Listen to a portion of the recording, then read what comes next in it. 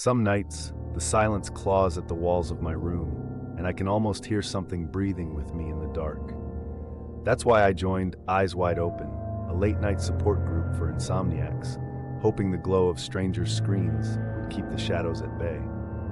But from my very first session, the moderator, someone who went by Watcher, seemed to know things about me I'd never typed.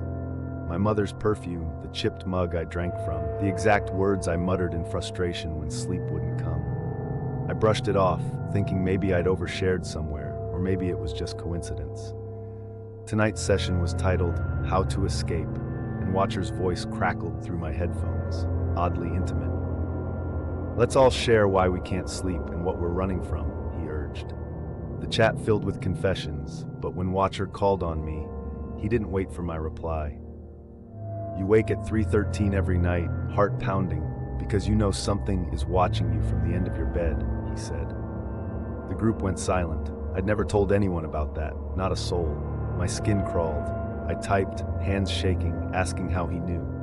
Watcher ignored my question, instead pasting an address into the chat room. My address. "If you want to escape, you have to be honest. Meet me there," he typed. The other members started leaving the chat, one by one, until only Watcher and I remained. My phone buzzed with a new message, a photo of my bedroom window, taken from the street below just seconds ago. I stumbled backward, the reality of my vulnerability setting in like ice.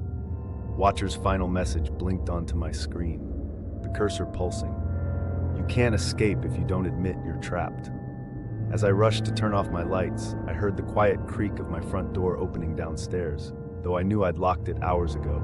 The silence that followed was absolute, except for the soft click of someone joining me in the darkness.